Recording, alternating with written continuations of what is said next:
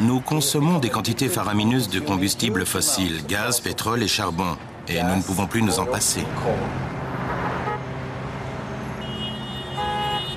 Nous sommes en train de modifier la composition de notre atmosphère, ce qui entraîne des changements climatiques.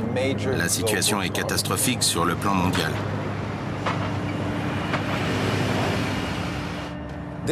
C'est pour ça que nous n'avons pas le choix. Il faut nous tourner vers l'énergie nucléaire. Elle est propre, sûre et suffisamment abondante pour garantir la survie de notre civilisation.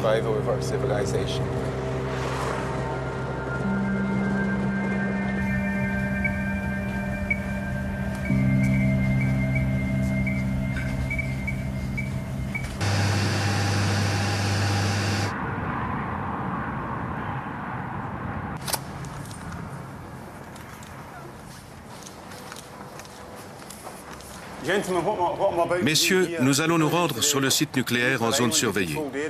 Nous devons donc nous équiper d'un dosimètre. C'est un dispositif électronique qui mesure les niveaux de radiation.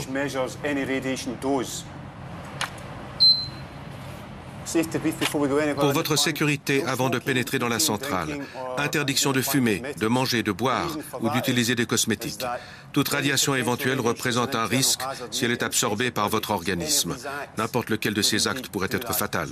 Si ces règles sont respectées, il n'y a aucun danger. Merci. Je vais augmenter la charge électrique jusqu'à 380 MW. La température électrique est actuellement de 25,9 degrés Celsius.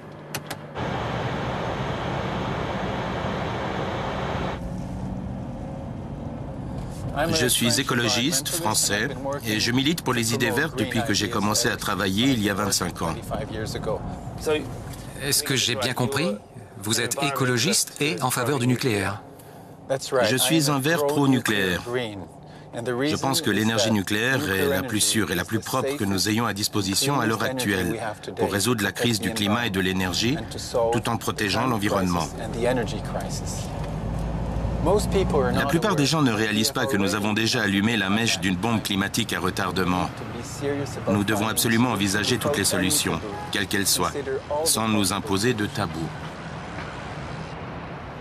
À mon avis, le problème du réchauffement climatique ne peut pas être résolu sans l'énergie nucléaire. La production d'énergie nucléaire n'engendre aucune émission de carbone. Quand le secteur nucléaire a-t-il commencé à se vendre comme solution au réchauffement climatique? Difficile à dire, mais je dirais que ça fait une dizaine d'années. Mais il ne se vend que comme partie de la solution. Est-ce que les gens sont prêts à écouter? Oui, je pense, c'est sûr. Quel genre d'évolution vous entrevoyez? À mon avis, le nucléaire. Ce gros mot est beaucoup plus facile à articuler dans les hautes sphères politiques aujourd'hui qu'il y a encore 4 ou 5 ans, voire même 2 ans.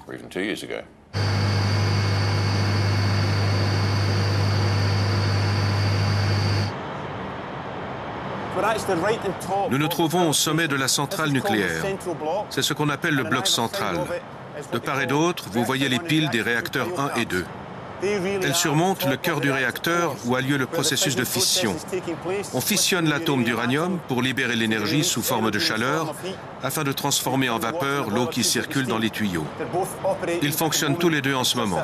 Ils sont en train d'échanger du combustible.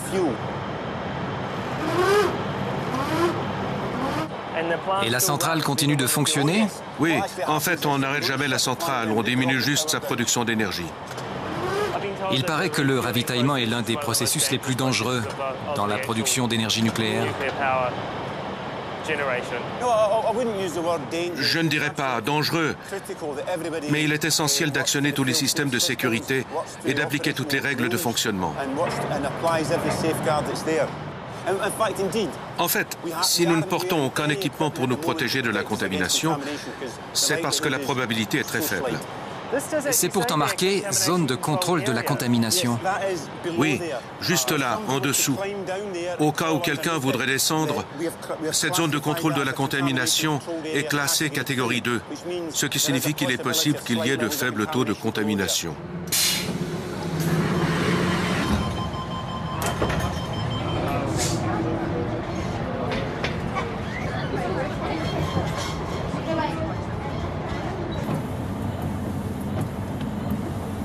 Le problème en Australie, c'est que 90% de notre électricité provient de combustibles fossiles, ce qui fait de l'Australie l'un des principaux producteurs de carbone par habitant.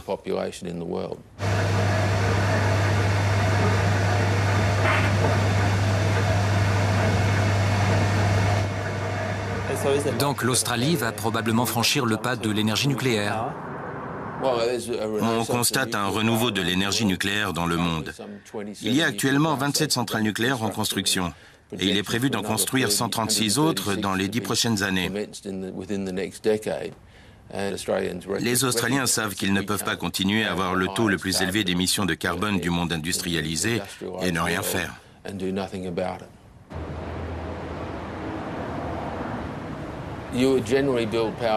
On construit toujours 2 centrales nucléaires en tandem pour avoir un chiffre pair. Ce chiffre pair oscille généralement entre 6 et 14. C'est sans doute ce qui va se passer en Australie.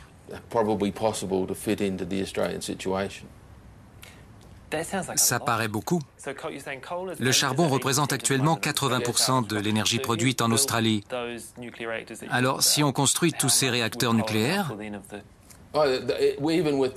même en prenant les chiffres les plus élevés, on aurait probablement moins de 20% de l'énergie australienne qui serait nucléaire. Vraiment? Oui.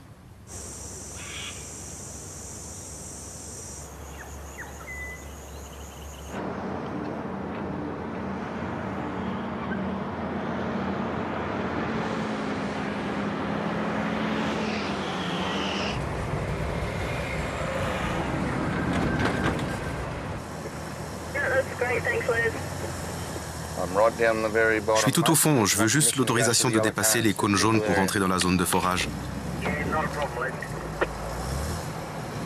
Il est évident que les réacteurs nucléaires produisent moins de dioxyde de carbone, une substance qui détériore le climat, que les centrales électriques qui fonctionnent au charbon, au gaz ou au pétrole. Ça, personne ne peut le nier. Pourtant, je ne pense pas qu'on puisse dire que les centrales nucléaires n'émettent pas de carbone, comme certains le prétendent, parce qu'on émet du carbone en exploitant les mines d'uranium et pendant le processus de fabrication des réacteurs.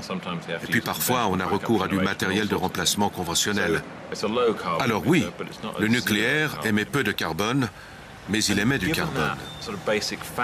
Sachant cela, l'industrie nucléaire, qui à mon avis était en perte de vitesse, voire à l'agonie, s'est accrochée au problème du changement climatique comme un homme qui se noie à un fétu de paille. Pour elle, le changement climatique est une bouée de sauvetage, le moyen de faire croire que l'industrie nucléaire est écologique, ce qui franchement n'a jamais été le cas.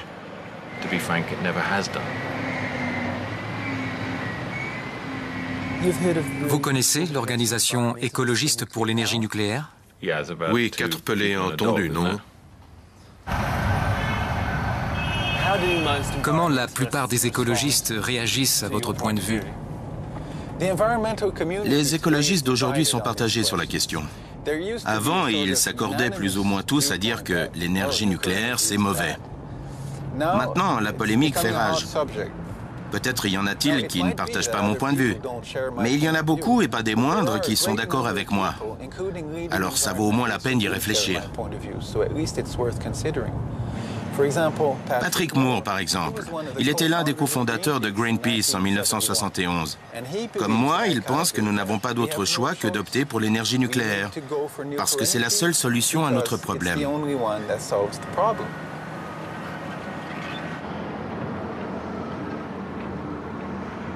L'exploitation de l'uranium est une industrie florissante, n'est-ce pas? Il est vrai que nous avons constaté des changements radicaux dus à l'augmentation de la demande en énergie. Rien que pour cette année, les prix au comptant ont augmenté environ de 70% pour dépasser la barre des $60 la livre.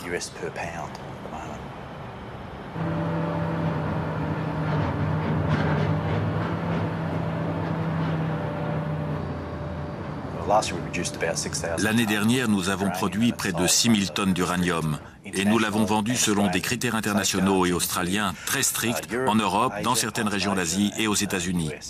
C'est bien entendu une source de revenus énorme pour l'Australie.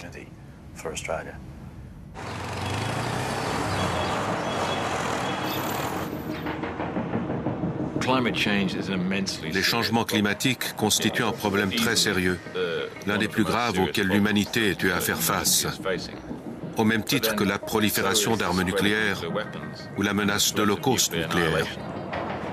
C'est un problème latent.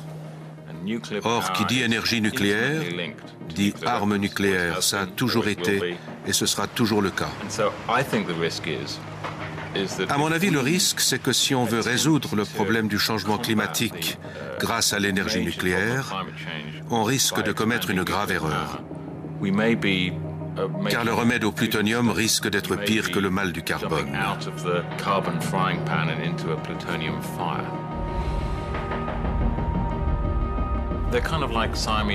Comme des sœurs siamoises, l'énergie nucléaire et l'arme nucléaire sont liées depuis la naissance. Lorsqu'on a développé l'énergie nucléaire au Royaume-Uni, aux États-Unis et en France, c'était pour mettre au point des armes nucléaires. On a construit des réacteurs pour produire du plutonium dans le but d'en faire des bombes.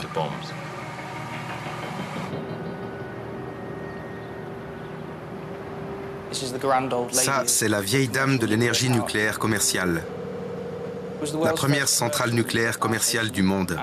Elle a été fermée au bout de 47 ans, alors qu'elle fonctionnait toujours à plein régime.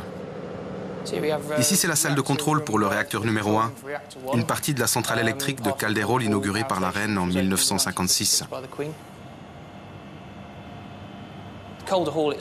Calderol et toute la stratégie nucléaire britannique sont issus du programme d'armement.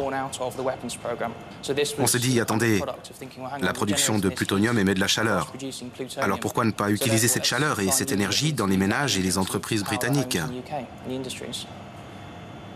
À l'époque, est-ce que cette centrale faisait des envieux dans le monde? Absolument, oui. Elle a été la première centrale commercialement viable. Elle était censée produire de l'électricité si bon marché qu'on ne pouvait même pas l'afficher au compteur. Et elle a été la première du genre à être construite. Un véritable exploit à l'époque. Bien que l'industrie nucléaire affirme à présent qu'elle n'a rien à voir avec les armes nucléaires, la technologie utilisée est la même.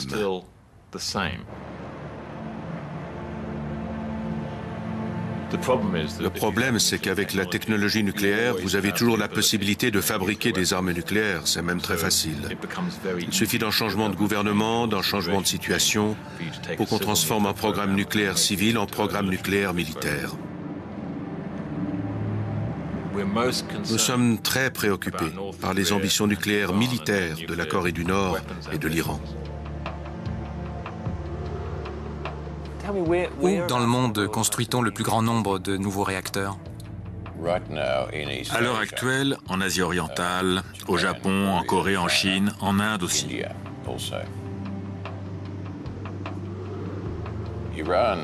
L'Iran représente un grave problème, tout comme la Corée. Ces questions devront être réglées d'une façon ou d'une autre par un accord international. Les aspirations de l'Iran, il faut le dire, sont cependant légitimes puisqu'il veut disposer de l'énergie nucléaire à des fins civiles. Les Russes sont en train de construire un réacteur qui devrait être opérationnel d'ici l'année prochaine. Mais ils affirment produire le combustible qui leur est nécessaire et récupérer tout le combustible utilisé. Les Iraniens n'y ont pas du tout accès. Bon, il y a un problème de prolifération, mais la communauté internationale ne peut pas faire grand-chose dans ces pays.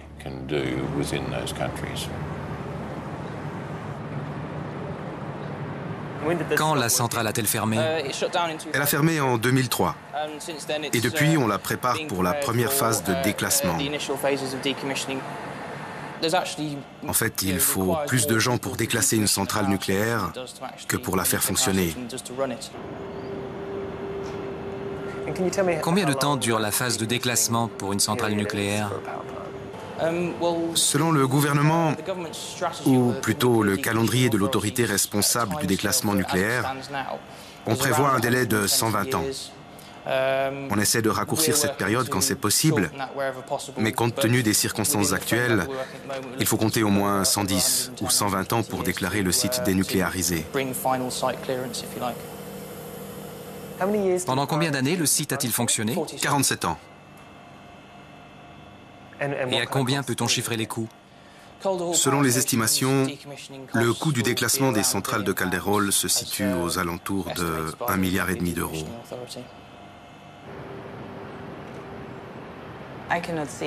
Je ne vois pas pourquoi on se lancerait là-dedans maintenant.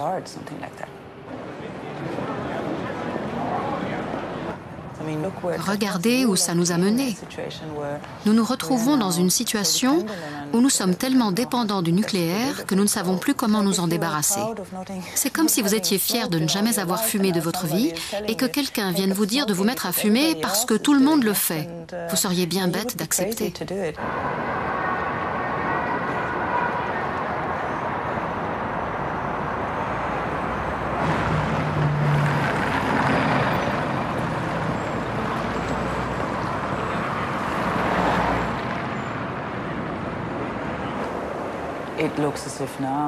On dirait que tout à coup, la Suède a décidé de suspendre son programme d'élimination progressive de l'énergie nucléaire. L'opinion publique est partagée. Elle aimerait bien conserver l'énergie nucléaire tant qu'elle reste bon marché.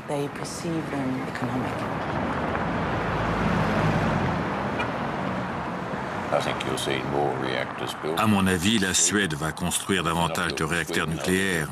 Et si ce n'est pas en Suède, ce sera de l'autre côté de la frontière en Finlande qui se fera un plaisir d'exporter de l'énergie en Suède. Vous allez voir que d'ici peu, l'Allemagne aussi va construire de nouveaux réacteurs dès que les Allemands seront sortis de leur impasse politique. Qu'est-ce que vous entendez par là? Je veux parler de la coalition minoritaire politique. En Suède, par exemple, il y a des partis farouchement opposés au nucléaire qui ne sont soutenus que par 5 à 6% de l'opinion publique, mais qui bloquent tout pour l'instant.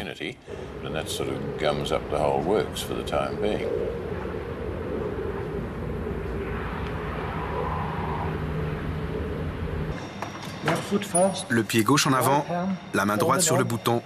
Et vous écoutez.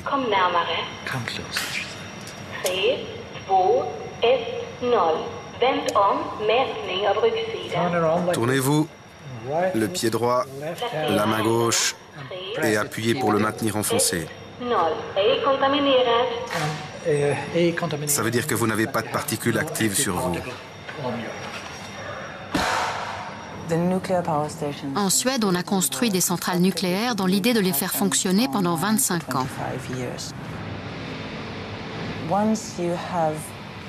En misant sur une durée de vie économique de 25 ans, vous aurez amorti votre investissement au bout des 25 ans. Alors, à l'heure actuelle, les centrales nucléaires en Suède sont de véritables planches à billets parce qu'elles sont déjà amorties. Chaque année de fonctionnement supplémentaire augmente votre profit. Mais on constate tout à coup que certains réacteurs montrent quelques signes de vieillesse.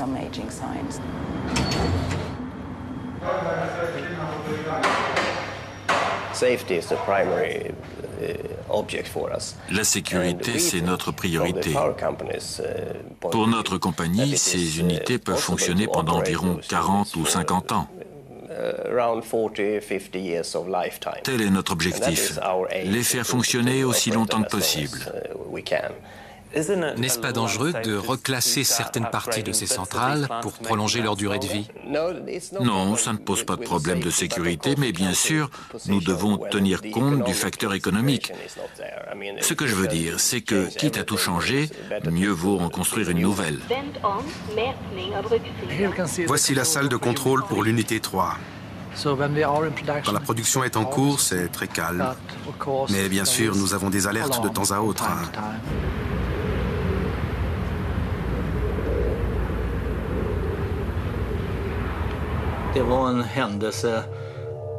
C'est le genre d'incident qui ne se produit qu'une fois en 1 million d'années.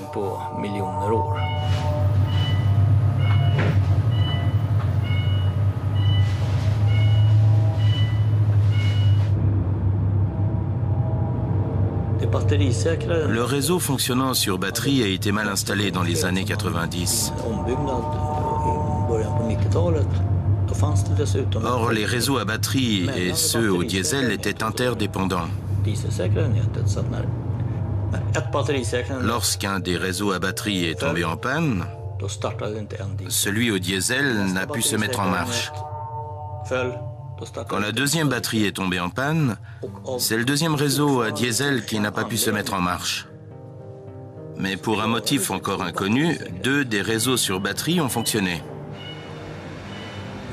Les professeurs de l'Institut royal de technologie de Stockholm, qui ont étudié la question, n'arrivent pas à comprendre pourquoi ces réseaux ont fonctionné et pas les 2 autres. En fait, aucun des 4 n'aurait dû fonctionner. Si l'accès est bloqué, cela entraîne la fusion du cœur du réacteur nucléaire. La fusion commence après 30 minutes. Elle est totale au bout de 90 minutes.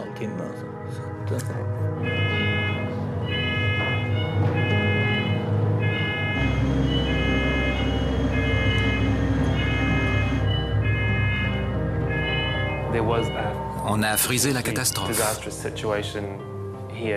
Oui. Racontez-moi. 2 des 4 moteurs à diesel n'ont pas fonctionné comme ils auraient dû. Mais nous avions du bon matériel.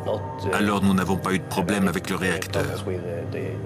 Il n'a pas fallu plus de 20 minutes pour neutraliser la situation. Vous avez dû être pris au dépourvu? Oui, c'est la raison pour laquelle nous allons revoir la conception des 2 réacteurs, le numéro 1 et le numéro 2. Un tas de gens m'ont demandé si on l'avait échappé belle.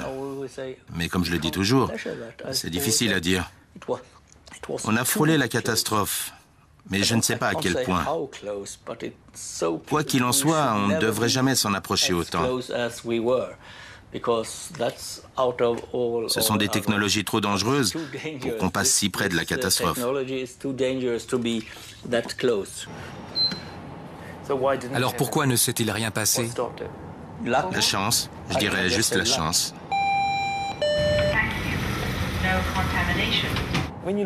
En Suède, par exemple, il y a des centrales qui continueront de fonctionner au-delà de leur durée de vie initialement prévue.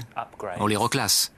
À ce qu'il paraît, il faut réviser toute la centrale pour la faire fonctionner. On ne peut pas juste en reclasser une partie. C'est la raison pour laquelle il y a eu cet incident cette année. Si vous pensez à l'incident de Forsmark, c'était un problème relativement marginal et mineur. C'est ce qui a entraîné la fermeture de la centrale jusqu'à ce qu'on puisse réparer. C'est comme ça que ça marche.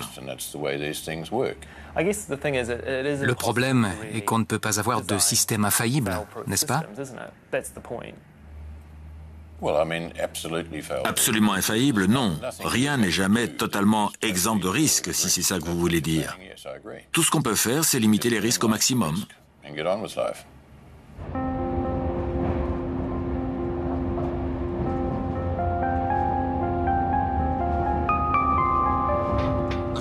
Je suis pour l'énergie nucléaire, mais pas à n'importe quel prix. C'est génial quand ça marche. Mais quand ça ne marche pas, c'est l'enfer.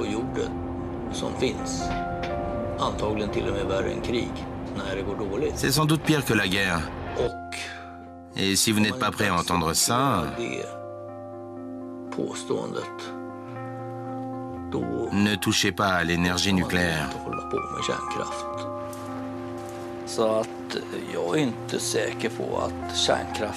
Je ne suis pas certain qu'on ait raison d'inclure l'énergie nucléaire dans l'économie de marché normale.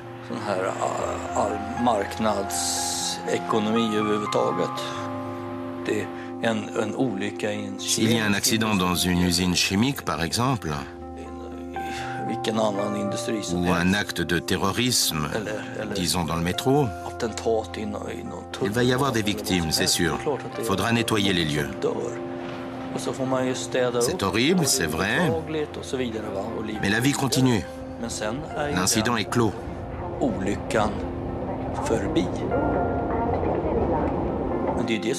C'est pour ça que l'énergie nucléaire est si différente des autres industries.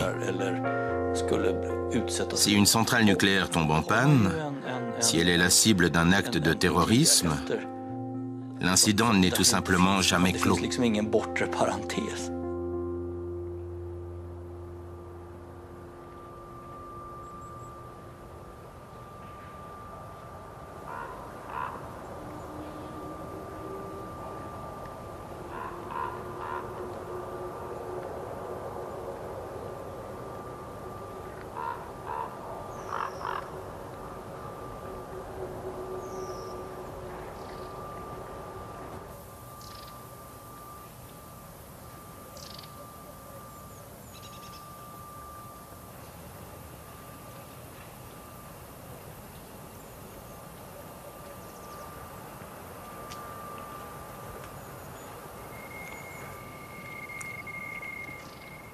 C'est 20 fois plus que la normale.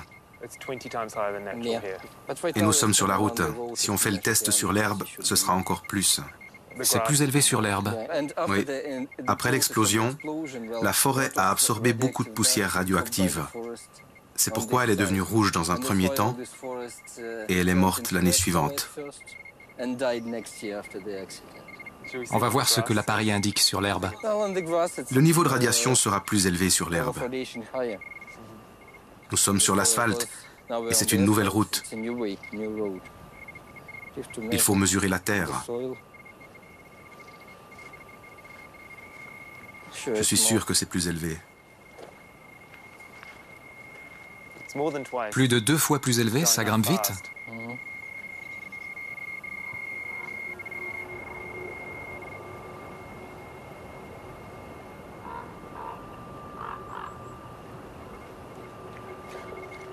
Qu'est-ce que vous avez ressenti la première fois que vous êtes venu ici? La première fois, je n'ai pas eu peur. C'était juste bizarre. On a déjà vu des villes anciennes abandonnées d'où les gens sont partis. Mais celle-ci, elle est vraiment étrange. C'est une ville moderne, totalement inhabitée. Elle n'a pas l'air dangereuse. Ce n'est qu'en voyant le dosimètre qu'on comprend pourquoi la ville a été désertée. La radiation, ça n'a pas de goût, pas d'odeur. On ne la voit pas, on ne la sent pas.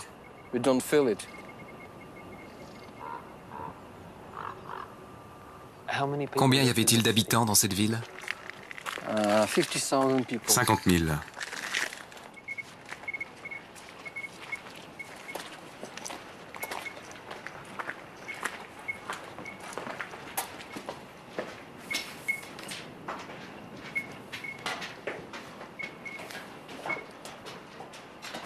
C'était quoi ce bâtiment?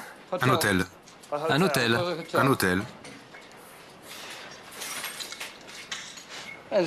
Comme vous pouvez le voir, la centrale de Tchernobyl n'est vraiment pas loin de la ville. À 3 kilomètres à peine.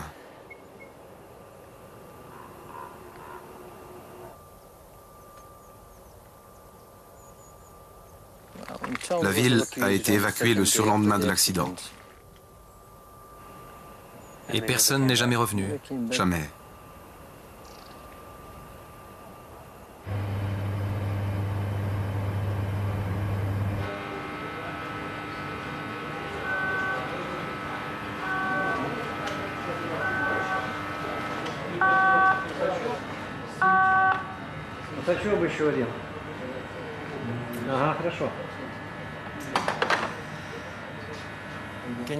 Pouvez-vous m'expliquer pourquoi des gens travaillent dans une centrale qui ne produit plus d'énergie?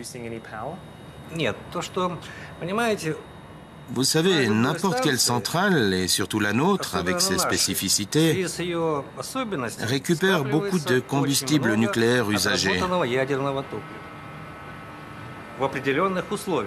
On veille à ce qu'elle soit maintenue dans certaines conditions.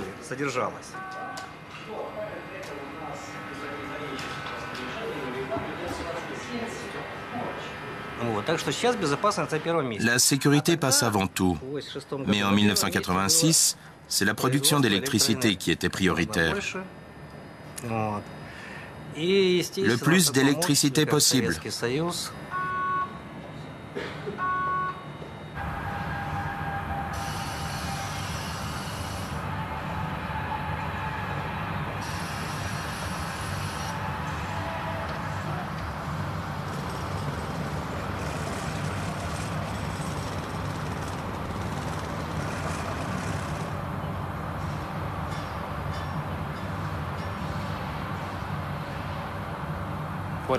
Dans quel état est vraiment le réacteur? Dites-moi la vérité. Cette maquette va vous aider à comprendre les risques que présente le réacteur détruit. À la suite de l'explosion, il a sauté et il s'est posé pratiquement à la verticale. Il pèse plus de 2000 tonnes. Pour ce qui est des risques, ce sont des matériaux hautement radioactifs. Et il y en a toujours de fortes concentrations à l'intérieur du réacteur détruit.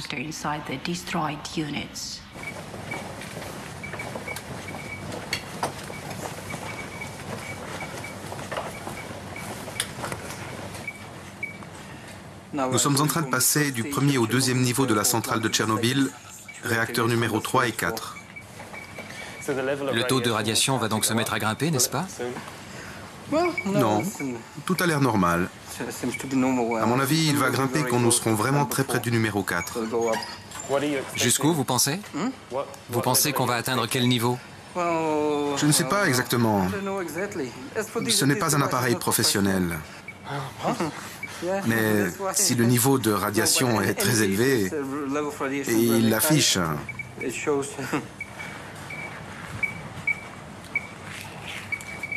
Ça monte très haut?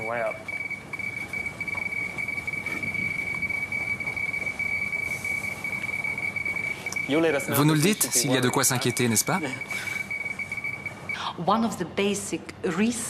C'est surtout la structure du sarcophage qui peut poser un problème. Elle menace toujours de s'effondrer.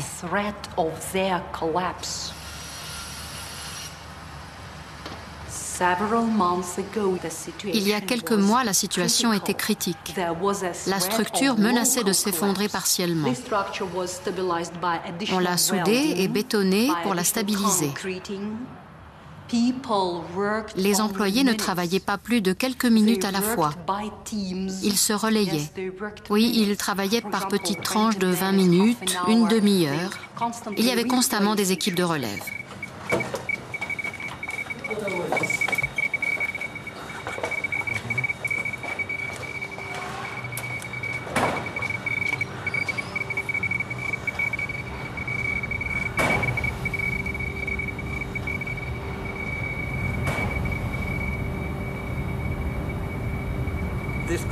Cette salle de la tour de contrôle est identique à la salle numéro 1.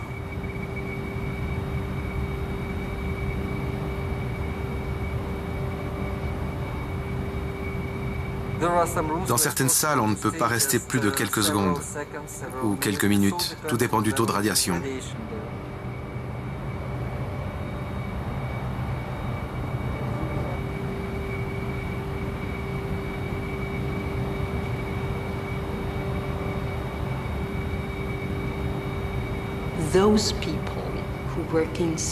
Les personnes qui travaillent à l'intérieur prennent vraiment beaucoup de risques.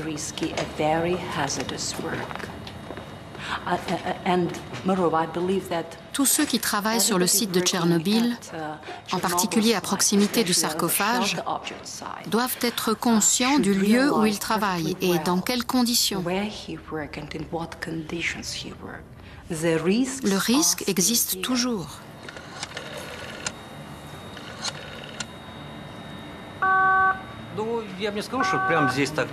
Bien entendu, je n'irai pas jusqu'à dire que tout va bien et qu'il n'y a pas de risque. C'est vrai, les anciens employés meurent relativement jeunes. Mais quelles sont les probabilités? Nous n'avons pas de statistiques. Quand quelqu'un meurt, ce n'est pas toujours à cause de l'accident de Tchernobyl. Par exemple, un tel est mort d'un cancer, mais quant à dire, il a peut-être travaillé ici il y a longtemps, et puis il est parti et il est mort. Encore faut-il prouver qu'il y a une relation de cause à effet.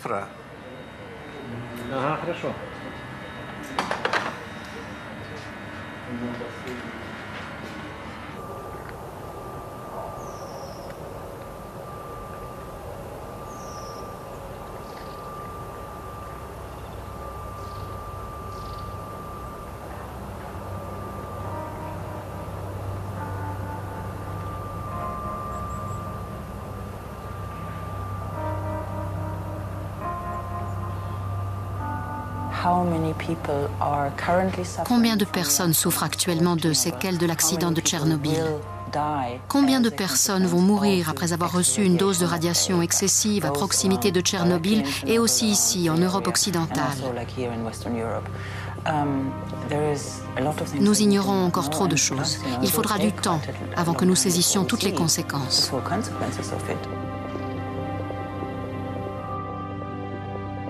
Combien y a-t-il eu de victimes?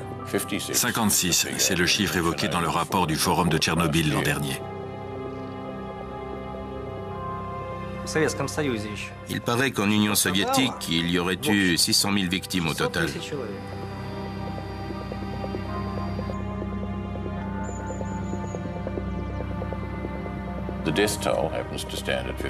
Selon les informations dont je dispose, il y aurait eu 56 victimes. Je ne suis pas en mesure de spéculer sur ce chiffre, vous non plus d'ailleurs.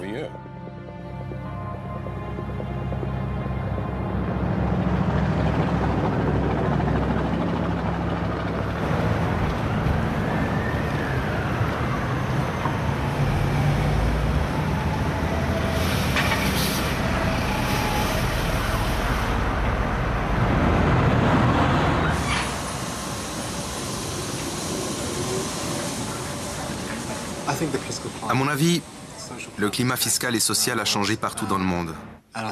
Greenpeace n'est pas la seule à s'en inquiéter. D'après les indications que nous ont fournies les gouvernements du Royaume-Uni et des États-Unis, les réacteurs nucléaires seraient un objectif terroriste. En d'autres termes, il est peu probable qu'un accident se reproduise à Tchernobyl, ou même une panne. Du moins, on l'espère. En revanche, le fait que les réacteurs nucléaires soient plus vulnérables que jamais aux attaques terroristes, ça, c'est du concret.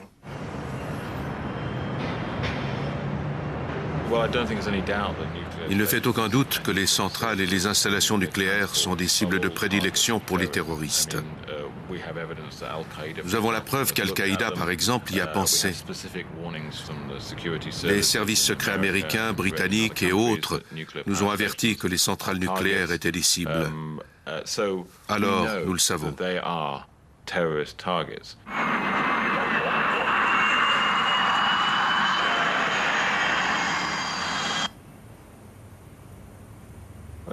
À mon avis, ça risque de faire peur à beaucoup de monde. Où cette publicité a-t-elle été diffusée? Ce n'est pas vraiment une publicité. Ça faisait partie d'une alerte sur le net que nous avons envoyée à nos partisans, ils l'ont transmise à d'autres et ainsi de suite.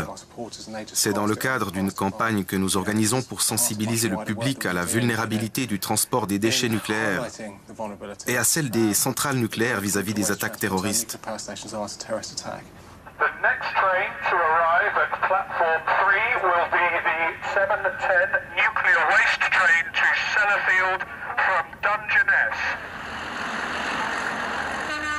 À quoi ça sert de filmer ça? Nous voulions surtout montrer, ou du moins souligner à quel point les déchets passent près des gares.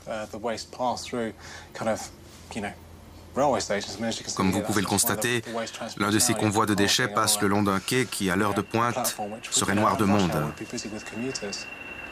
C'est un convoi de déchets nucléaires? C'est un convoi de déchets nucléaires qui passe. Ici, vous avez le moteur principal et le conteneur blanc à l'arrière, c'est la cuve de déchets nucléaires, le combustible radioactif usagé. Comme vous pouvez le constater, il n'y a pratiquement pas de sécurité. Là, il y a sûrement le conducteur. Le plus inquiétant, c'est que le train s'arrête alors qu'il y a des gens sur le quai.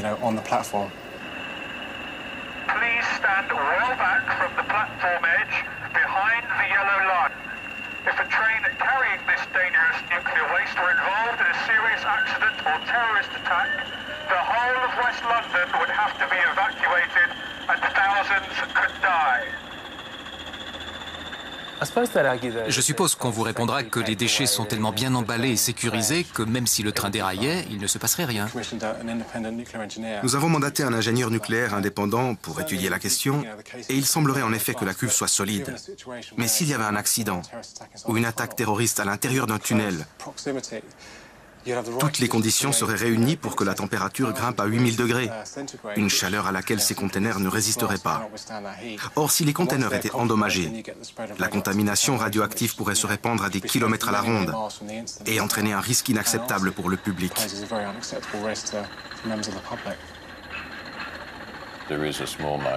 Une poignée d'individus prospèrent en répandant la peur.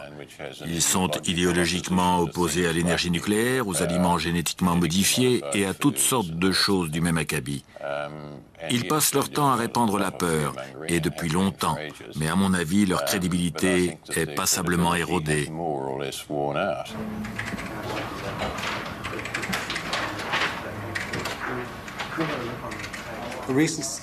Cette année encore, une étude a été entreprise sur la structure du réacteur de Flamanville, un nouveau réacteur nucléaire en cours de construction dans le nord de la France, tout près de la Manche. Selon cette étude, le réacteur ne résisterait pas à l'impact d'un 747.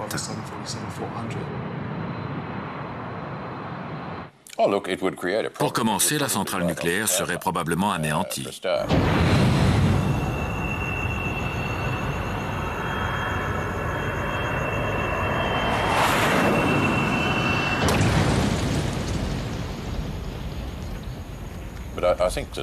D'après les études qui ont été effectuées selon un scénario catastrophe, un accident dans une centrale nucléaire aux États-Unis au milieu d'une zone densément peuplée montre qu'une diffusion importante de radioactivité semble très peu probable.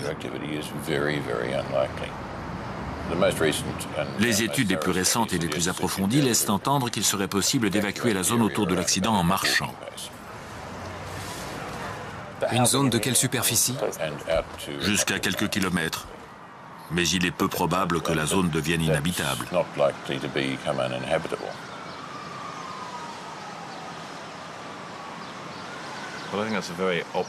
Le moins que je puisse dire, c'est que ce scénario me paraît très optimiste. Il est vrai que certains réacteurs modernes ont un revêtement très épais. J'ai vu des preuves scientifiques valables de part et d'autre, selon lesquelles certains cœurs de réacteurs seraient assez solides pour résister à l'impact direct d'un gros avion, mais certains scientifiques fiables ne sont pas de cet avis. Bien entendu, hormis précipiter un avion sur un réacteur, les terroristes ont bien d'autres choses tout aussi graves à faire.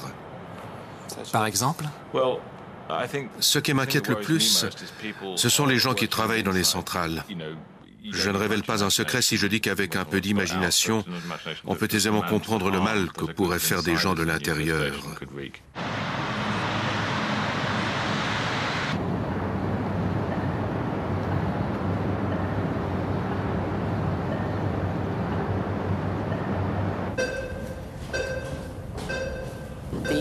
Le combustible usagé provenant de réacteurs du Royaume-Uni et de l'étranger arrive ici par le train. Voici l'entrepôt vitrifié. C'est là que sont stockés tous les déchets hautement toxiques issus du retraitement du combustible. Comme les déchets continuent à produire de la chaleur, ils doivent être refroidis. On les refroidit et on les stocke ici pendant 50 à 75 ans, en toute sécurité, jusqu'à ce que le gouvernement décide de leur lieu de stockage à long terme. Pourquoi ne pas les laisser ici définitivement? À cause de la durée de stockage nécessaire, des milliers d'années, le gouvernement estime qu'il faut trouver une autre solution.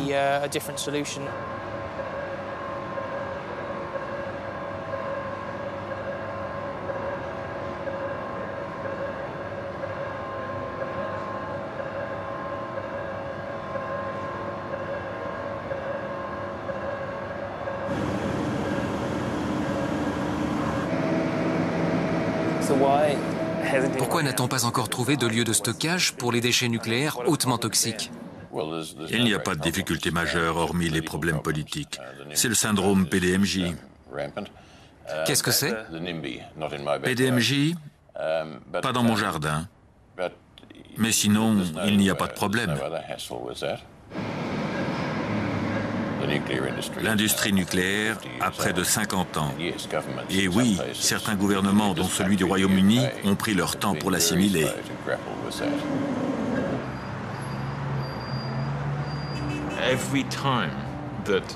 À chaque fois que le gouvernement britannique a voulu proposer une solution pour ces déchets nucléaires, ce qu'il essaye de faire depuis le début des années 80, il échoue. À 3 reprises au moins, on a dit « jetons tout ça dans une fosse ». Et puis on a abandonné l'idée et on a proposé d'autres sites, d'autres types de déchets, d'autres technologies. Le gouvernement vient d'entreprendre une vaste enquête. Un comité d'experts indépendants s'est penché sur le problème et tout à coup on est arrivé à la conclusion qu'il fallait creuser une fosse, mais où? On inciterait les gens à accueillir les déchets dans leur commune. Ils pourraient en tirer certains avantages, des centres communautaires, des piscines, des emplois, que sais-je. Je ne m'attends pas, personne ne s'attend à ce que les gens se bousculent au portillon pour que leur commune accueille les déchets nucléaires britanniques.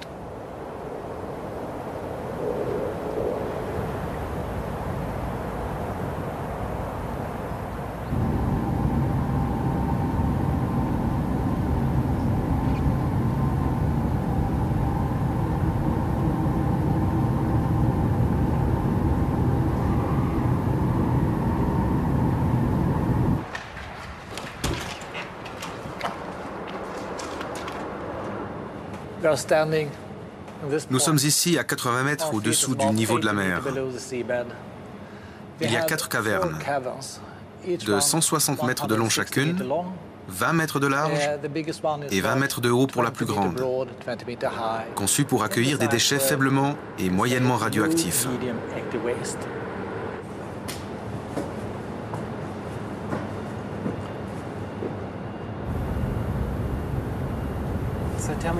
Alors dites-moi, sous le béton, il y a des déchets nucléaires? Oui, des déchets faiblement radioactifs. Ils vont rester là pour toujours? Oui.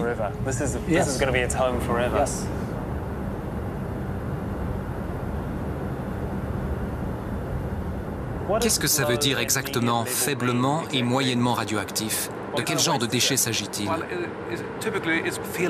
C'est de la terre, par exemple, de l'eau à filtrer, des vêtements et des instruments contaminés. Et les déchets hautement radioactifs? C'est essentiellement du combustible usagé. Le combustible qui passe par le réacteur, il reste pendant 5 ans. Et il est hautement radioactif quand il en ressort. Bien entendu, c'est très dangereux au début, moins par la suite, mais il faut attendre très longtemps avant que le niveau de radioactivité diminue à un niveau acceptable, 100 000 ans.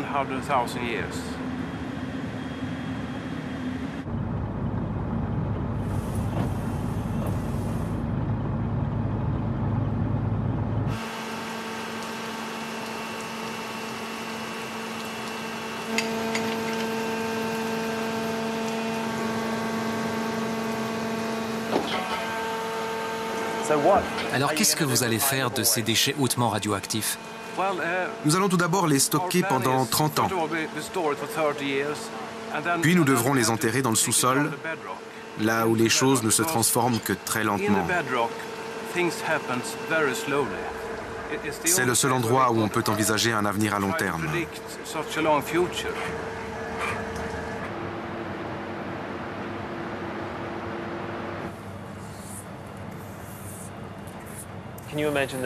Et si on mettait au point un système plus performant dans 500 ans et qu'on les déterre pour en faire quelque chose? Oui.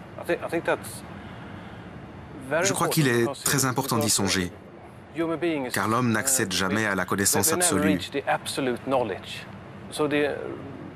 Nous devons donc envisager un système réversible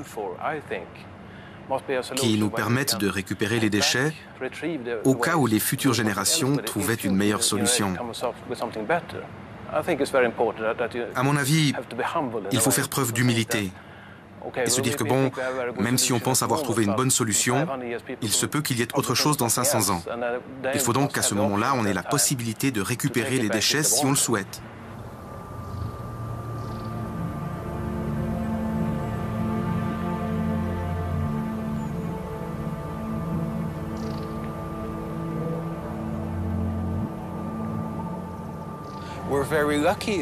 Nous avons beaucoup de chance d'avoir de l'énergie nucléaire.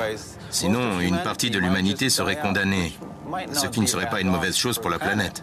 Vous savez, je suis marié depuis 3 ans. J'ai un petit garçon de 1 an et je préférerais lui laisser une planète viable, un air respirable et une société dans laquelle il puisse survivre et vivre heureux.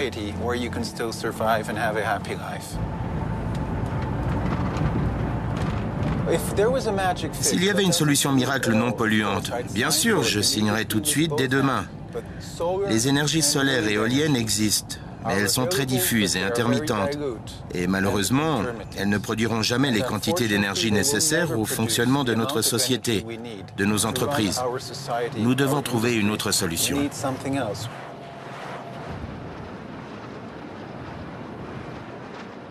Les énergies renouvelables peuvent-elles produire l'énergie dont nous avons besoin au même titre que l'énergie nucléaire? En toute honnêteté, je n'en suis pas sûr. Ce que je peux certifier en revanche, c'est que l'énergie nucléaire a prouvé qu'elle était très peu fiable, qu'elle absorbait une grande partie des ressources publiques, que ceux qui l'ont défendue par le passé nous ont souvent induits en erreur. Je sais aussi que les technologies renouvelables n'ont pas suffisamment bénéficié de la recherche et du développement et qu'on les a privées des ressources qu'on a consacrées à l'énergie nucléaire. Alors, si vous voulez que je vous dise quelle énergie, à mon avis, est la plus susceptible d'offrir à moi et à mes enfants un avenir sûr et durable, je répondrai sans hésiter l'énergie renouvelable. Il y a énormément d'énergie dans le vent, dans les vagues, dans les marées, dans le soleil. Et je suis persuadé que nous sommes capables de trouver le moyen de l'utiliser pour satisfaire à nos besoins.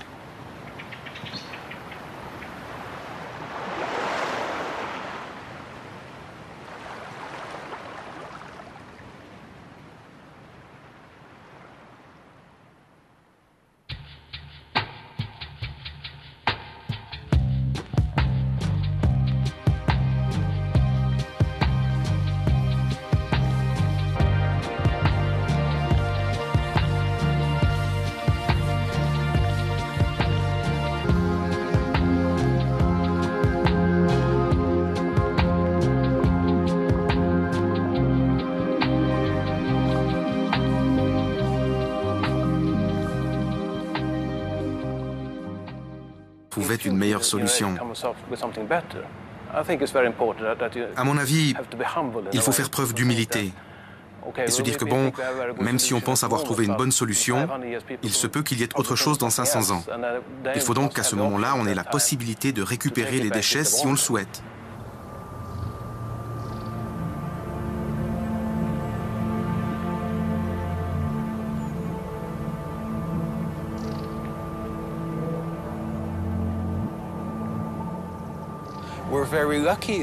Nous avons beaucoup de chance d'avoir de l'énergie nucléaire.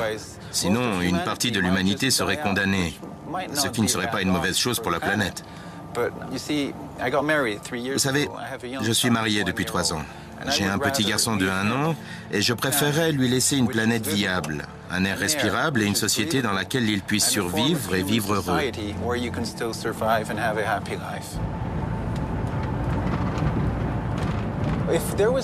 S'il y avait une solution miracle non polluante, bien sûr, je signerais tout de suite dès demain. Les énergies solaires et éoliennes existent, mais elles sont très diffuses et intermittentes. Et malheureusement, elles ne produiront jamais les quantités d'énergie nécessaires au fonctionnement de notre société, de nos entreprises. Nous devons trouver une autre solution.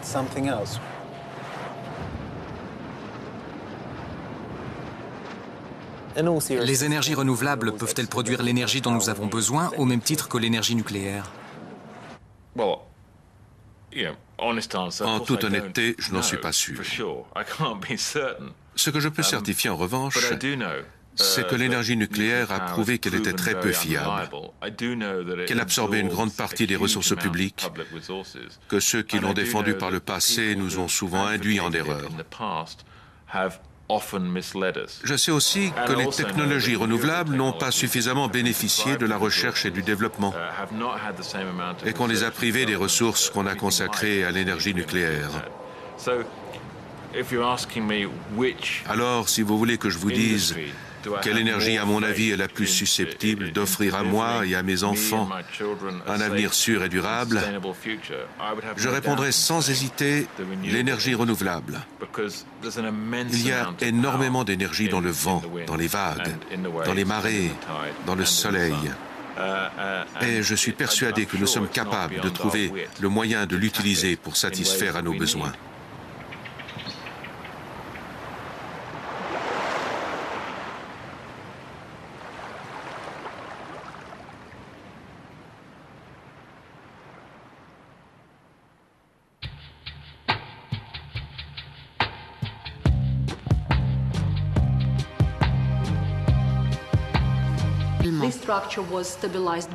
On l'a soudée et bétonnée pour la stabiliser. Les employés ne travaillaient pas plus de quelques minutes à la fois. Ils se relayaient. Oui, ils travaillaient par petites tranches de 20 minutes, une demi-heure. Il y avait constamment des équipes de relève.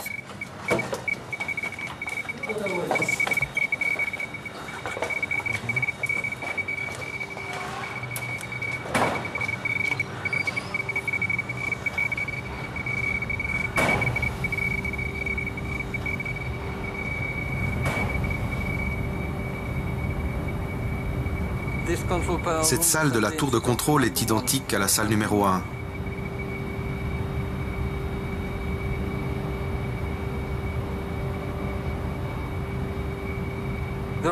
Dans certaines salles, on ne peut pas rester plus de quelques secondes ou quelques minutes. Tout dépend du taux de radiation.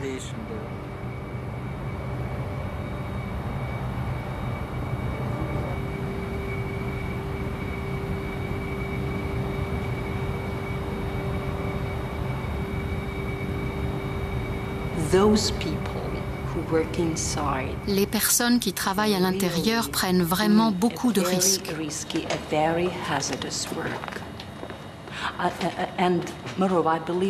Tous ceux qui travaillent sur le site de Tchernobyl, en particulier à proximité du sarcophage, doivent être conscients du lieu où ils travaillent et dans quelles conditions.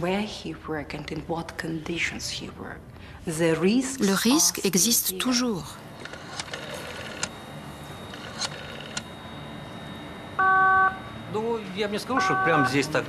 Bien entendu, je n'irai pas jusqu'à dire que tout va bien et qu'il n'y a pas de risque. C'est vrai, les anciens employés meurent relativement jeunes. Mais quelles sont les probabilités? Nous n'avons pas de statistiques. Quand quelqu'un meurt, ce n'est pas toujours à cause de l'accident de Tchernobyl. Par exemple, un tel est mort d'un cancer, mais quant à dire, il a peut-être travaillé ici il y a longtemps, et puis il est parti et il est mort. Encore faut-il prouver qu'il y a une relation de cause à effet.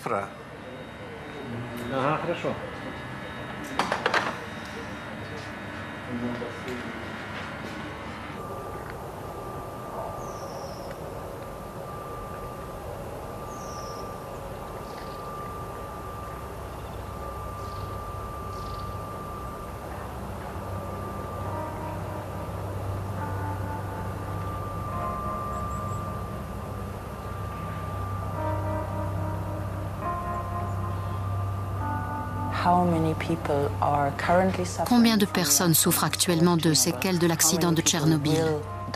Combien de personnes vont mourir après avoir reçu une dose de... On veille à ce qu'elle soit maintenue dans certaines conditions.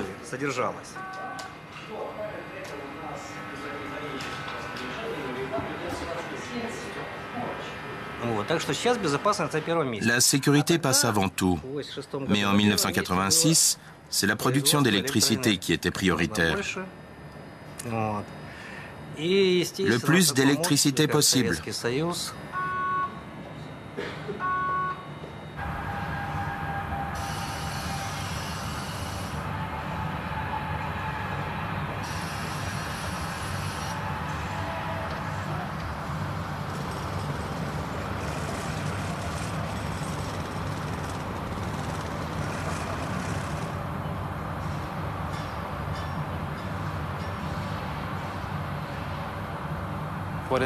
Dans quel état est vraiment le réacteur? Dites-moi la vérité.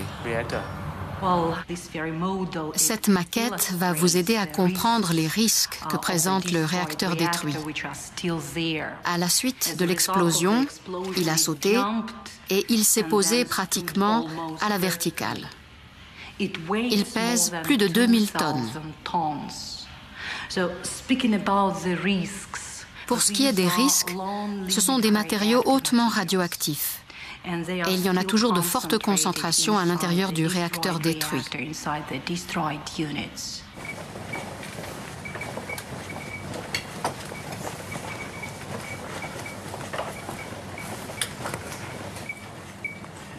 Nous sommes en train de passer du premier au deuxième niveau de la centrale de Tchernobyl, réacteurs numéro 3 et 4.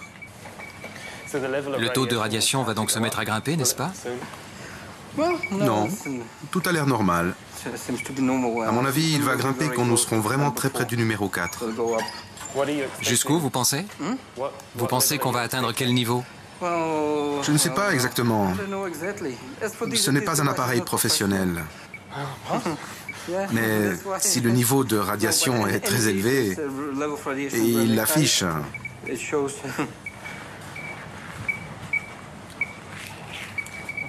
Ça monte très haut?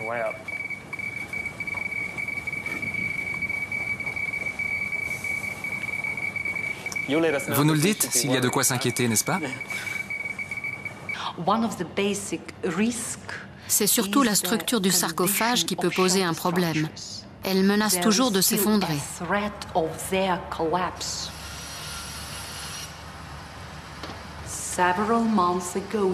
Il y a quelques mois, la situation était critique. La structure menaçait de s'effondrer partiellement. On l'a soudée et bétonnée pour la stabiliser. Total au bout de 90 minutes.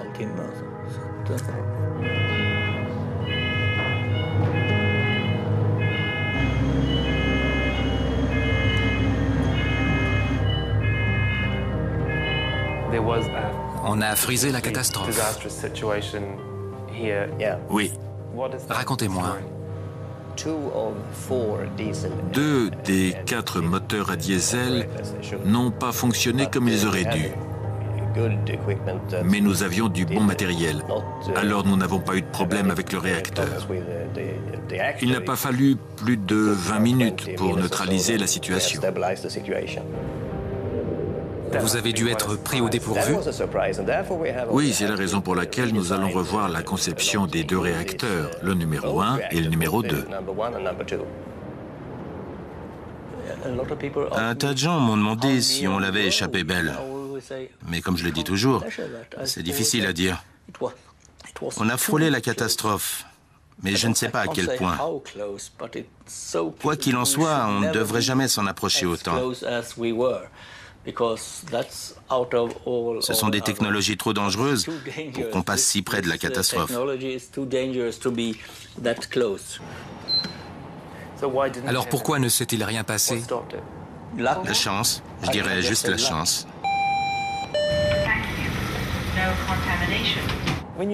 En Suède, par exemple, il y a des centrales qui continueront de fonctionner au-delà de leur durée de vie initialement prévue. On les reclasse. À ce qu'il paraît, il faut réviser toute la centrale pour la faire fonctionner. On ne peut pas juste en reclasser une partie. C'est la raison pour laquelle il y a eu cet incident cette année. Si vous pensez à l'incident de Forsmark, c'était un problème relativement marginal et mineur. C'est ce qui a entraîné la fermeture de la centrale jusqu'à ce qu'on puisse réparer. C'est comme ça que ça marche. Le problème est qu'on ne peut pas avoir de système infaillible, n'est-ce pas? Absolument infaillible, non. Rien n'est jamais totalement exempt de risque, si c'est ça que vous voulez dire. Tout ce qu'on peut faire, c'est limiter les risques au maximum.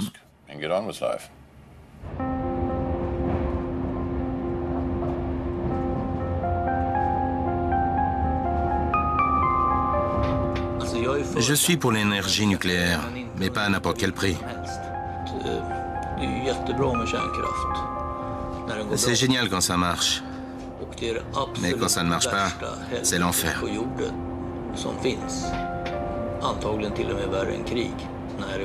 C'est sans doute pire que la guerre. Et si vous n'êtes pas prêt à entendre ça... Des réacteurs. Et puis parfois, on a recours à du matériel de remplacement conventionnel.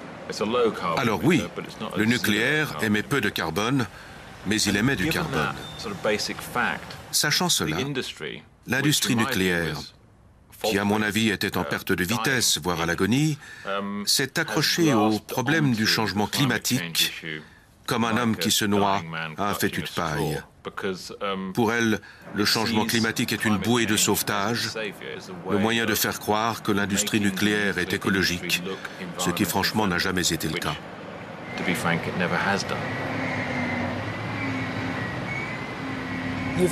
Vous connaissez l'organisation écologiste pour l'énergie nucléaire? Oui, 4 pelés ont tondu, non? Comment la plupart des écologistes réagissent à votre point de vue? Les écologistes d'aujourd'hui sont partagés sur la question. Avant, ils s'accordaient plus ou moins tous à dire que l'énergie nucléaire, c'est mauvais.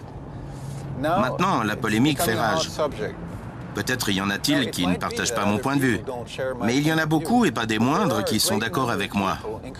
Alors ça vaut au moins la peine d'y réfléchir. Patrick Moore, par exemple. Il était l'un des cofondateurs de Greenpeace en 1971. Comme moi, il pense que nous n'avons pas d'autre choix que d'opter pour l'énergie nucléaire, parce que c'est la seule solution à notre problème.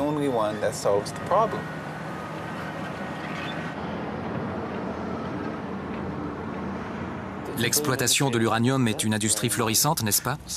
Il est vrai que nous avons constaté des changements radicaux dus à l'augmentation de la demande en énergie. Rien que pour cette année, les prix au comptant ont augmenté environ de 70% pour dépasser la barre des $60 la livre.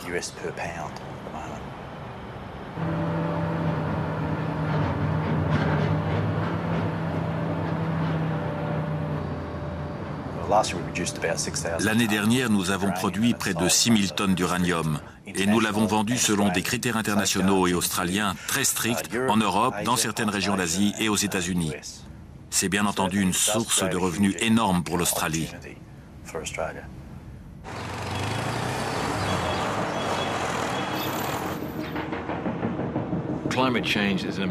Les changements climatiques constituent un problème très sérieux, l'un des plus graves auxquels l'humanité ait eu à faire face, au même titre que la prolifération d'armes nucléaires ou la menace d'holocauste nucléaire.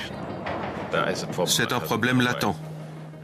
Or, qui dit énergie nucléaire, dit armes nucléaires. Ça a toujours été et ce sera toujours le cas. À mon avis, le risque, c'est que si on veut résoudre le problème du changement climatique grâce à l'énergie nucléaire, c'est même très facile.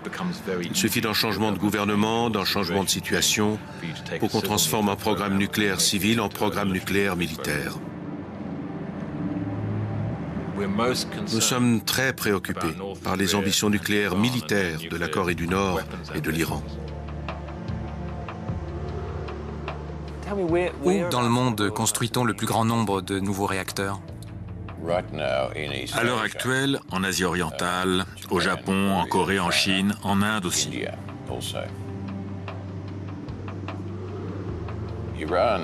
L'Iran représente un grave problème, tout comme la Corée. Ces questions devront être réglées d'une façon ou d'une autre par un accord international. Les aspirations de l'Iran, il faut le dire, sont cependant légitimes puisqu'il veut disposer de l'énergie nucléaire à des fins civiles. Les Russes sont en train de construire un réacteur qui devrait être opérationnel d'ici l'année prochaine, mais ils affirment produire le combustible qui leur est nécessaire et récupérer tout le combustible utilisé. Les Iraniens n'y ont pas du tout accès. Bon, il y a un problème de prolifération, mais la communauté internationale ne peut pas faire grand-chose dans ces pays.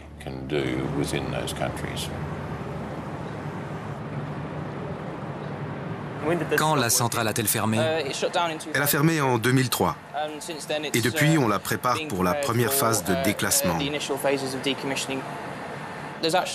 En fait, il faut plus de gens pour déclasser une centrale nucléaire que pour la faire fonctionner. Combien de temps dure la phase de déclassement pour une centrale nucléaire? Selon le gouvernement, ou plutôt le calendrier de l'autorité responsable du déclassement nucléaire, on prévoit un délai de 120 ans. On essaie de raccourcir cette période quand c'est possible, mais compte tenu des circonstances actuelles, il faut compter au moins 110 ou 120 ans pour déclarer le site dénucléarisé. Pendant combien d'années le site a-t-il fonctionné? 47 ans. Et à combien peut-on chiffrer les coûts? Selon les estimations, le coût du déclassement des centrales de Calderol se situe aux alentours de 1,5 milliard d'euros.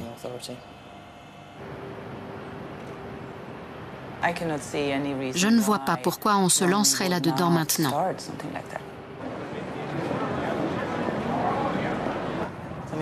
Regardez où ça nous a menés. Nous nous retrouvons dans une situation où nous sommes tellement dépendants du nucléaire que nous ne savons plus comment nous en débarrasser. C'est comme si vous étiez fier de ne jamais avoir fumé de votre vie et que quelqu'un vienne vous dire de vous mettre à fumer parce que tout le monde le fait. Vous seriez bien bête d'accepter.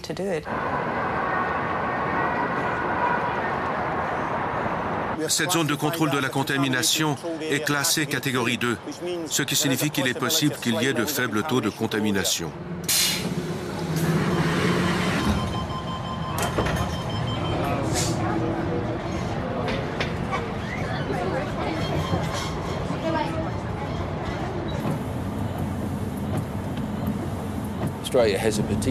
Le problème en Australie, c'est que 90% de notre électricité provient de combustibles fossiles, ce qui fait de l'Australie l'un des principaux producteurs de carbone par habitant.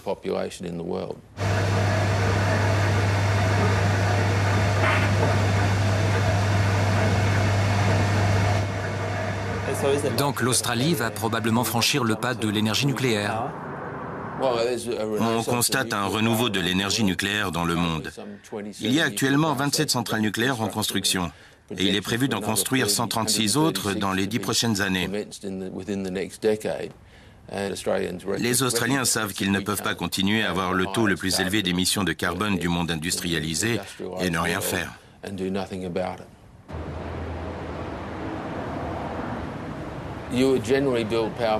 On construit toujours 2 centrales nucléaires en tandem pour avoir un chiffre pair. Ce chiffre pair oscille généralement entre 6 et 14. C'est sans doute ce qui va se passer en Australie.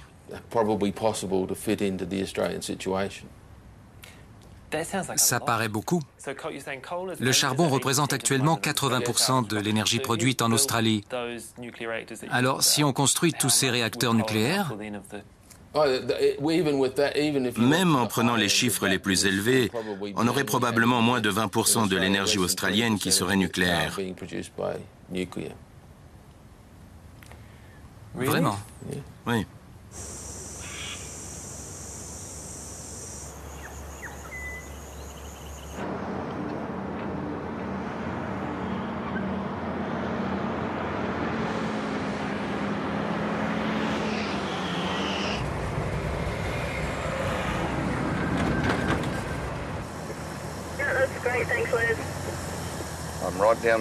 Je suis tout au fond, je veux juste l'autorisation de dépasser les cônes jaunes pour entrer dans la zone de forage.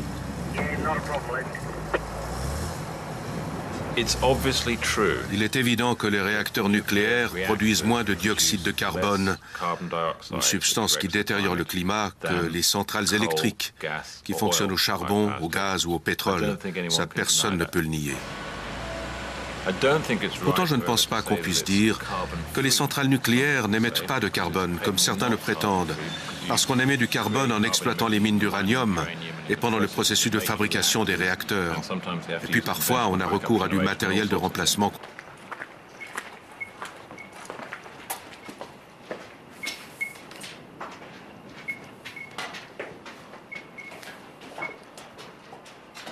C'était quoi ce bâtiment?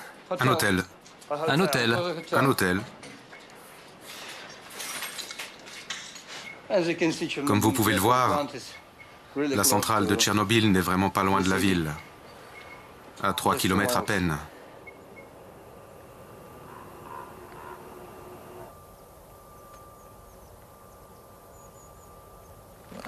La ville a été évacuée le surlendemain de l'accident. Et personne n'est jamais revenu? Jamais.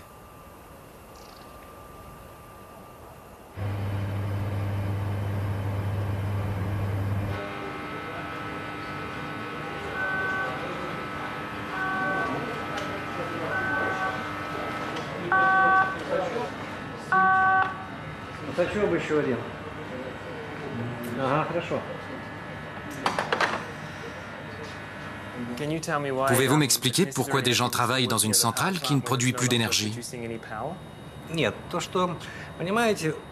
Vous savez, n'importe quelle centrale, et surtout la nôtre, avec ses spécificités, récupère beaucoup de combustible nucléaire usagé. On veille à ce qu'elle soit maintenue dans certaines conditions.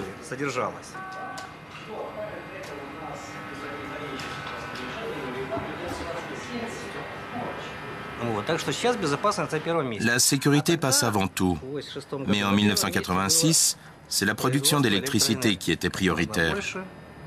Le plus d'électricité possible.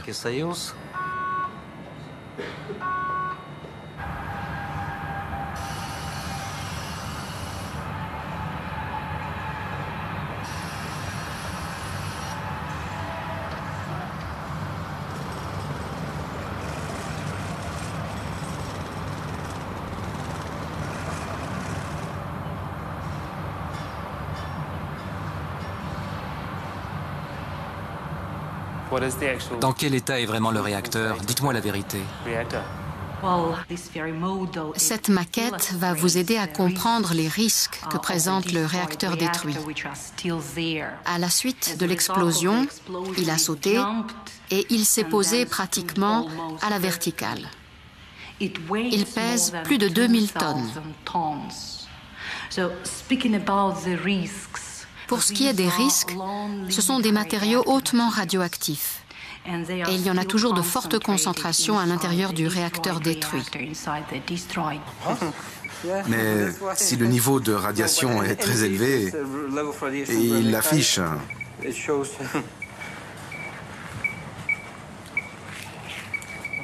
Ça monte très haut?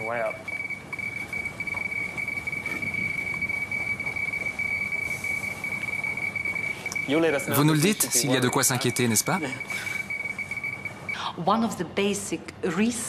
C'est surtout la structure du sarcophage qui peut poser un problème. Elle menace toujours de s'effondrer.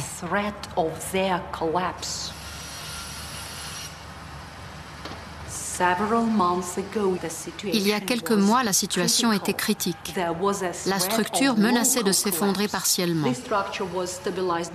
On l'a soudée et bétonnée pour la stabiliser.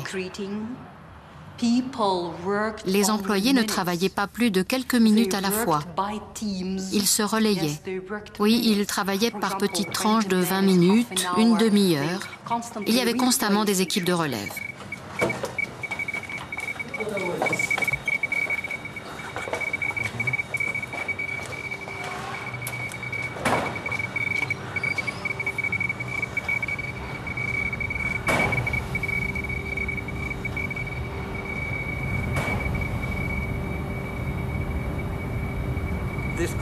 Cette salle de la tour de contrôle est identique à la salle numéro 1.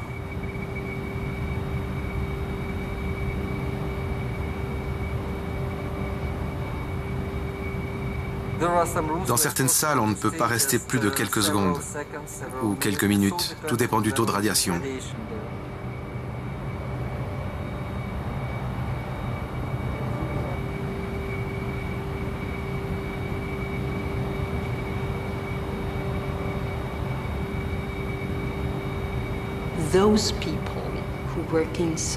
Les personnes qui travaillent à l'intérieur prennent vraiment beaucoup de risques.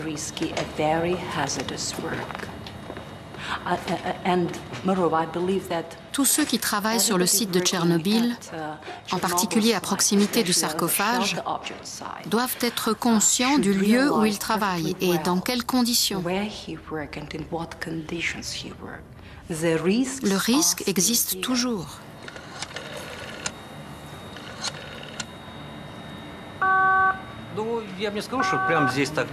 Bien entendu, je n'irai pas jusqu'à dire que tout va bien et qu'il n'y a pas de risque. C'est vrai, les anciens employés meurent relativement jeunes. Mais quelles sont les probabilités? Nous n'avons pas de statistiques. Quand quelqu'un meurt, ce n'est pas toujours à cause de l'accident de Tchernobyl. Par exemple, un tel est mort d'un cancer, mais quant à dire, il a peut-être travaillé ici il y a longtemps, et puis il est parti et il est mort. C'est sans doute pire que la guerre. Et si vous n'êtes pas prêt à entendre ça,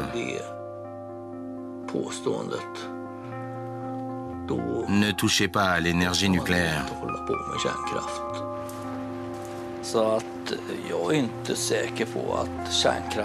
Je ne suis pas certain qu'on ait raison d'inclure l'énergie nucléaire dans l'économie de marché normale.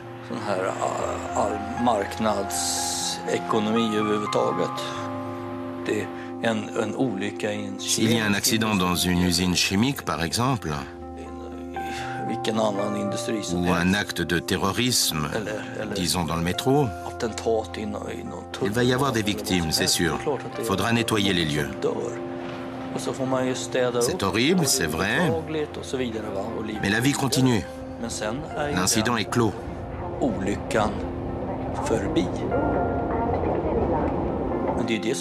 C'est pour ça que l'énergie nucléaire est si différente des autres industries.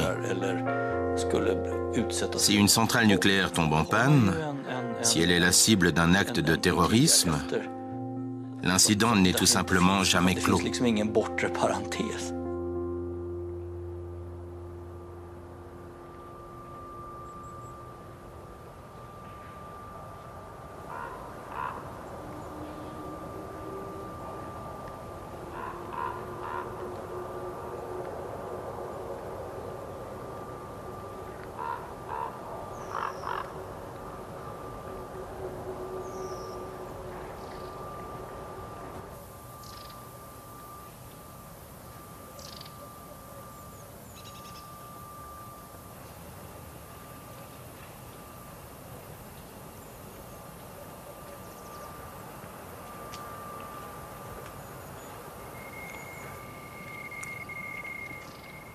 C'est 20 fois plus que la normale. Et nous sommes sur la route. Si on fait le test sur l'herbe, ce sera encore plus. C'est plus élevé sur l'herbe. Oui. Après l'explosion, la forêt a absorbé beaucoup de poussière radioactive. C'est pourquoi elle est devenue rouge dans un premier temps et elle est morte l'année suivante. On va voir ce que l'appareil indique sur l'herbe. Le niveau de radiation sera plus élevé sur l'herbe. Nous sommes sur l'asphalte et c'est une nouvelle route. Il faut mesurer la terre. Je suis sûr que c'est plus élevé. Plus de 2 fois plus élevé, ça grimpe vite.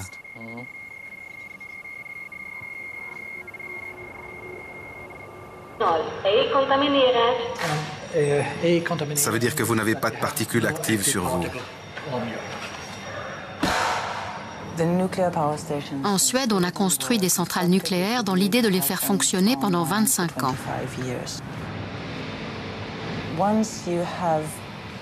En misant sur une durée de vie économique de 25 ans, vous aurez amorti votre investissement au bout des 25 ans. Alors, à l'heure actuelle, les centrales nucléaires en Suède sont de véritables planches à billets parce qu'elles sont déjà amorties. Chaque année de fonctionnement supplémentaire augmente votre profit. Mais on constate tout à coup que certains réacteurs montrent quelques signes de vieillesse.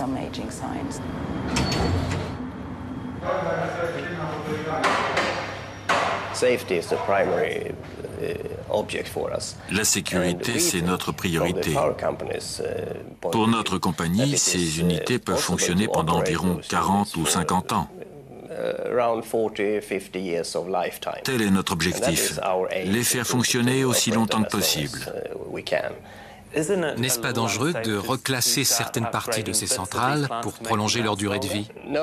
Non, ça ne pose pas de problème de sécurité, mais bien sûr, nous devons tenir compte du facteur économique. Ce que je veux dire, c'est que, quitte à tout changer, mieux vaut en construire une nouvelle. Voici la salle de contrôle pour l'unité 3. Quand la production est en cours, c'est très calme. Mais bien sûr, nous avons des alertes de temps à autre.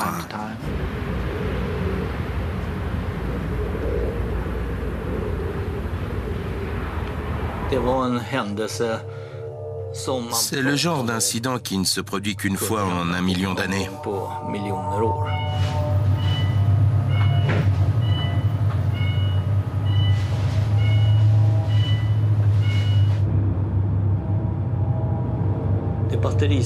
Le réseau fonctionnant sur batterie a été mal installé dans les années 90. Or, les réseaux à batterie et ceux au diesel étaient interdépendants. Lorsqu'un des réseaux à batterie est tombé en panne, celui au diesel n'a pu se mettre en marche. Quand la deuxième batterie est tombée en panne, c'est le deuxième réseau à diesel qui n'a pas pu se mettre en marche. Mais pour un motif encore inconnu, 2 des réseaux sur batterie ont fonctionné. Les professeurs de l'Institut royal de technologie de Stockholm, qui ont étudié la question, n'arrivent pas à comprendre pourquoi ces réseaux ont fonctionné et pas les 2 autres. En fait, aucun des 4. Pour ce qui est des risques, ce sont des matériaux hautement radioactifs. Et il y en a toujours de fortes concentrations à l'intérieur du réacteur détruit.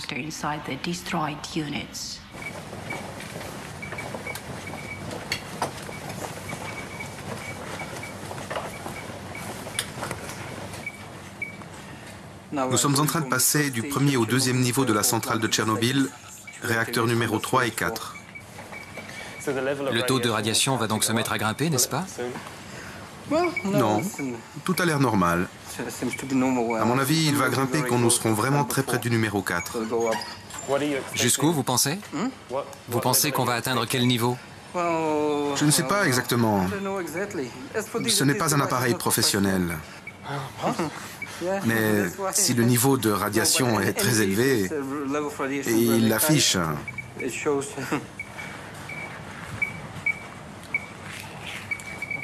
Ça monte très haut.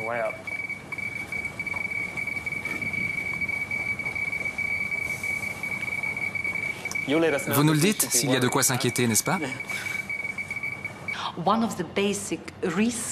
C'est surtout la structure du sarcophage qui peut poser un problème. Elle menace toujours de s'effondrer.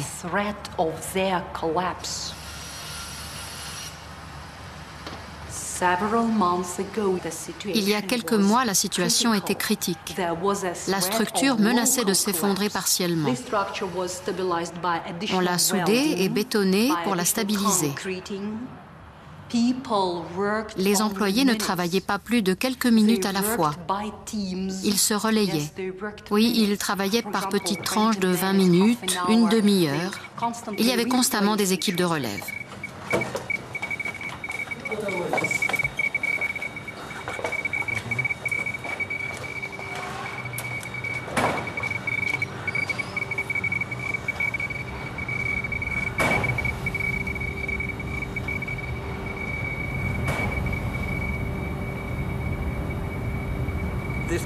Cette salle de la tour de contrôle est identique à la salle numéro 1.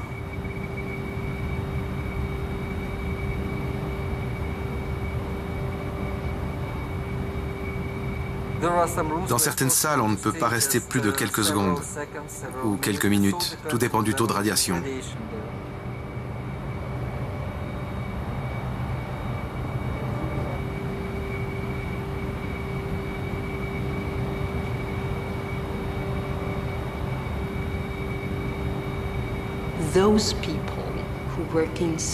Les personnes qui travaillent à l'intérieur prennent vraiment beaucoup de risques.